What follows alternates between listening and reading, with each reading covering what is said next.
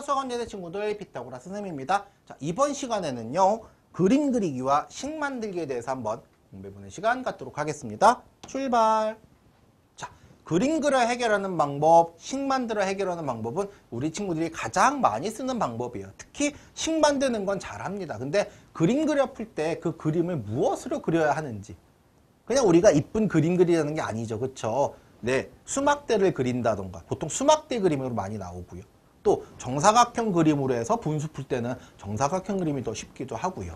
자, 지금 보시면 그림 그리기와 식 만들기에서 전체 0.7에 0.4만큼이 얼마일까 뭐 이런 얘기들 하고 있어요. 그러니까 전체를 10칸을 1로 봤을 때 0.7이면 얼마만큼일까? 또 거기에 0.4만큼이면 얼마만큼일까? 이런 식으로 복잡하게 나올 때 이런 그림을 통해서 알아본다면 좀 더 쉽게 알아보는 방법이 있지 않겠느냐. 물론 식으로 계산했을 때 답은 나옵니다. 하지만 그 답이 문장제 문제에서는 무엇으로 말을 하는지, 3이라는 게 뭐 바퀴가 3개라는 건지, 그죠? 무게가 3kg이라는 건지, 뭐 길이가 3cm라는 건지 모른단 말이에요. 그렇죠? 그래서 어떻게 나오는지 문제에 따라서 맞춰줘야 되는, 또 어떤 때는 그림이 훨씬 더 쉽게 풀린 경우도 많이 있기 때문에 문제 푸는 방법을 한번 연구해보는 그런 시간 갖도록 하겠습니다. 출발!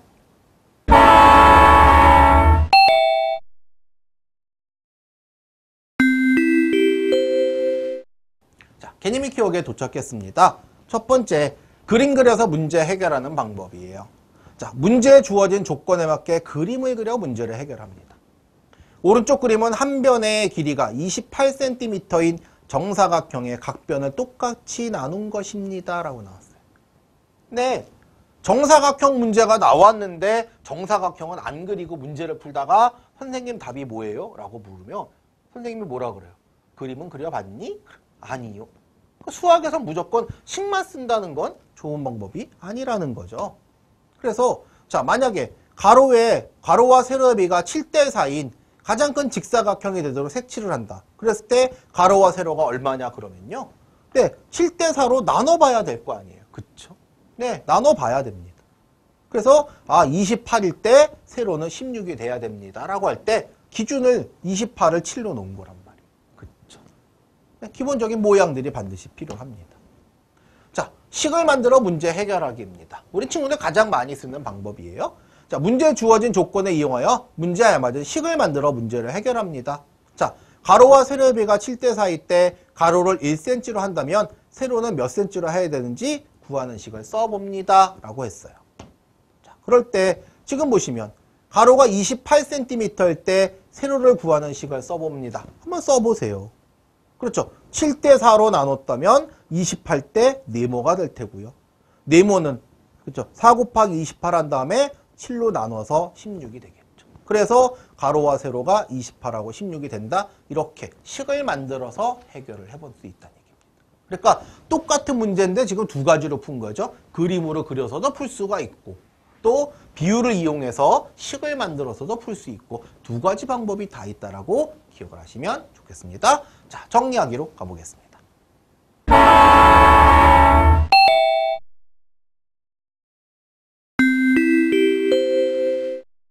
자, 정리하기 역에 도착했습니다. 그림을 그려서 문제 해결하는 방법 첫 번째, 식을 세워 문제를 해결하는 방법과 그림으로 해결하는 것 중 어느 것이 더 좋은지, 더 쉽게 해결할 수 있는지 살펴봅니다 했어요. 네, 꼭 식으로만 해결하지 말아달라는 뜻. 꼭 그림만 그리지 말아달라는 뜻. 두 가지를 다 절충을 해서 그죠? 주어진 조건이 무엇인지 알아볼 때는 그림이 더 좋고요.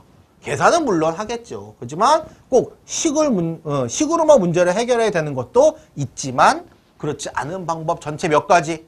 기본 8가지. 그죠? 8가지가 있습니다. 이 8단원에 있는 문제 푸는 방법 찾는 이 8가지 방법 찾아서 익혀두는 것은 우리가 나중에 6학년, 뭐 또 중학교, 고등학교 갔을 때의 문장제 문제를 해결하는데 정말 중요한 역할을 하기 때문에 반드시 알아둬야 하겠습니다. 자, 문제풀이 역으로 떠나보겠습니다.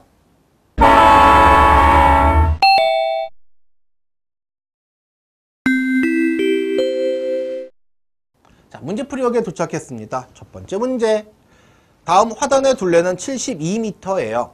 화단의 세로가 가로의 3배일 때 화단의 가로와 세로는 각각 몇 미터인지 그림을 그려서 풀어보세요 했고요. 자, 다음 네모안에 알맞은 말을 써놓고 자, 화단의 둘레는 가로의 몇 배인지 구해보세요 그랬는데요. 자, 가로 그럼 여기다 뭐라 써야 돼요? 똑같이 가로 여기도 가로. 그래서 세로가 가로의 몇 배다? 그렇죠. 3배다. 그러면 전체 72가 둘레인데 가로 입장에서 몇 개 있다고 보는 거예요. 그럼 가로가 3개, 3개, 6, 7, 8개 있다고 보는 거예요. 그렇다면 8, 9, 72니까 가로가 몇 개? 9. 그죠? 9m라는 걸 알 수 있다는 얘기죠. 그러니까 지금 자, 화단의 둘레는 가로의 몇 배냐 이거예요. 세로가 가로의 몇 배냐가 아니었어요. 그죠? 보통 여기다 3배 썼는데 틀렸단 말이에요. 그죠? 6, 8, 그래서 8배가 돼야 됩니다. 그렇죠? 여기서 다 틀리셨단 말이에요. 그래 놓고, 자, 가로, 세로 얼마입니까? 그래서 가로가 얼마예요, 지금? 9. 그러면, 자, 가로 9m. 그 다음에, 자, 세로는요. 가로가 3개 있는 거니까 9, 3, 27. 그래서, 얼마? 27m. 그렇죠. 세로 27m. 그래서, 자, 가로, 세로, 구하는 것보다도 이 둘레가 가로의 몇 배냐 했던 거에서 많이 틀렸다라는 거 꼭 기억해 주시면 좋겠습니다.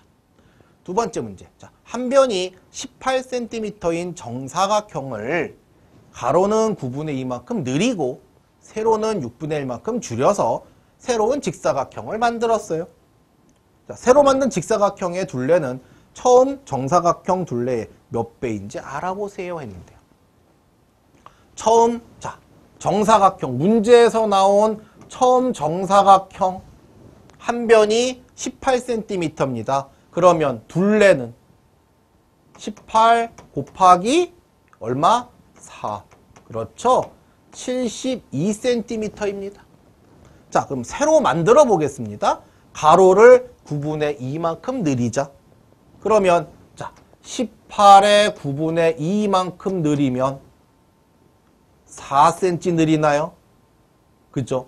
그러면 자, 가로가 4cm만큼 늘어난다는 얘기는 18에서 4를 더해서 얼마가 됐다? 22cm가 됐다라는 뜻이고요. 세로는 6분의 1만큼 줄였네요. 자, 세로도 한번 써봅시다. 그러면 똑같은 18인데 6분의 1만큼 줄이면 약분하면 얼마예요? 그렇죠. 1, 3인가요? 그래서 3cm만큼 줄인 거죠? 그러면 18에서 3cm만큼 줄이면 얼마 되고요? 15cm 되겠군요. 그러면 자, 가로와 세로 더하면 얼마인데요? 37. 자, 그러면 둘레는요? 37이 몇 개 있는 거예요? 2개 있는 거죠. 그러면 얼마 돼요? 74. 그죠? 74cm가 됐어요. 처음 건 얼마였어요? 72였죠. 그러니까 자, 새로 만든 직사각형의 둘레 얼마? 74는 72의 몇 배냐? 이렇게 문제가 나온 겁니다. 자, 그럼 한번 볼까요? 자, 74, 72니까요. 몇 배? 74분의 마주 지울까요, 그냥? 자, 깨끗이 지워졌나요? 선생님이 잘 안 보여요. 자, 그러면 74에 72가 된 거죠. 그쵸? 자, 약분 2로요. 그러면 2, 3은 6, 2, 6, 12.